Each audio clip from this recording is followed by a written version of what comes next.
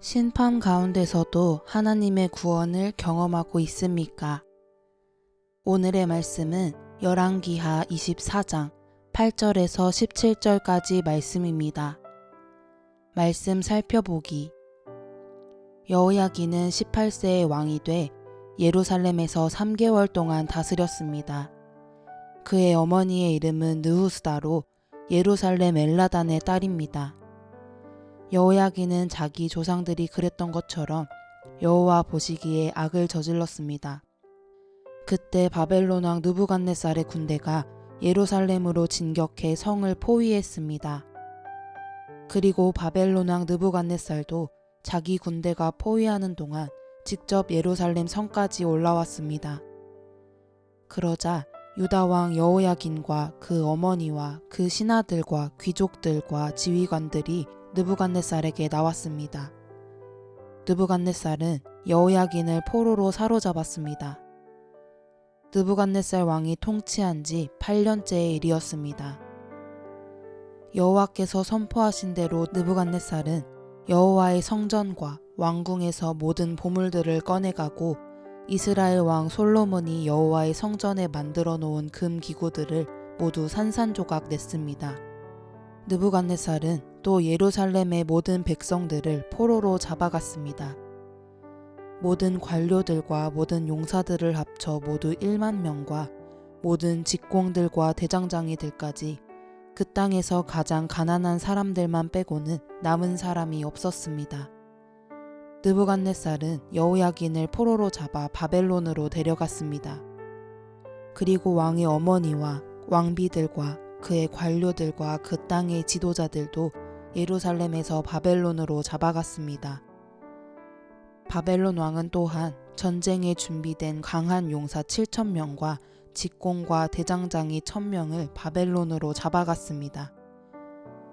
느부갓네살은 여호야긴의 삼촌인 mat다니아를 여호야긴 대신에 왕으로 세우고 이름을 시드기야로 바꾸었습니다.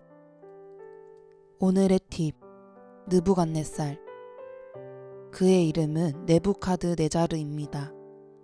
신바벨론 제국의 초대왕 나보폴라살의 아들로 신바벨론의 2대 왕입니다.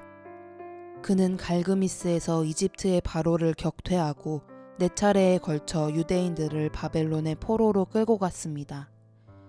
포로로 끌려간 유대인 중 한 명이었던 다니엘이 그의 꿈을 해석해 주었습니다. 느부갓네살은 금신상을 만들었으며 다니엘의 친구들에게 절을 강요하기도 했습니다. 말씀 이해하기. 오늘의 본문은 여호야긴 왕과 백성이 바벨론에 끌려가는 내용입니다. 주전 609년 요시야 왕이 하나님의 계획대로 무깃도에서 이집트의 왕에 의해 죽임을 당한 이후 세워진 왕들에게 불행한 일이 계속 일어납니다. 여호아스 왕은 왕이 된 지 3개월 만에 폐위되어 이집트로 끌려가 죽습니다. 여호야김 왕은 주전 605년 바벨론의 침공을 받아 바벨론의 속국으로 전략하고 주전 597년 재차 바벨론의 침공을 받고 전쟁에서 죽임을 당합니다. 아버지가 죽자 전쟁 중에 왕이 된 여호야긴 또한 왕이 된 지 3개월 만에 바벨론으로 잡혀가는 신세가 되고 맙니다. 성경은 여호아스, 여호야김, 여호야긴의 신앙을 자기 조상들이 그랬던 것처럼 여호와 보시기에 악을 저질렀습니다. 라는 동일한 어구를 사용하여 평가합니다. 이들은 바벨론에 난도질 당하고 처참하게 몰락해 가고 있지만 하나님께 마음을 돌이켜 회개하지도 그들의 잘못된 삶을 바꾸지도 않습니다. 과거 므낫세 왕 때 이미 하나님께서 남유다를 멸망시키기로 확정하셨지만 요시야 왕이 언약의 책을 읽고 그의 마음을 돌이키고 부흥을 일으켜 하나님의 긍휼을 입었습니다. 그러나 그의 자손들은 진노 중에라도 은혜와 긍휼을 베푸시는 하나님께 나오지 않고 죄악을 향해 달려가 결국 파국으로 치닫게 됩니다. 그러나 이런 상황에서도 하나님께서는 자신의 백성에게 은혜를 베푸시며 구원 계획을 이루고 계십니다.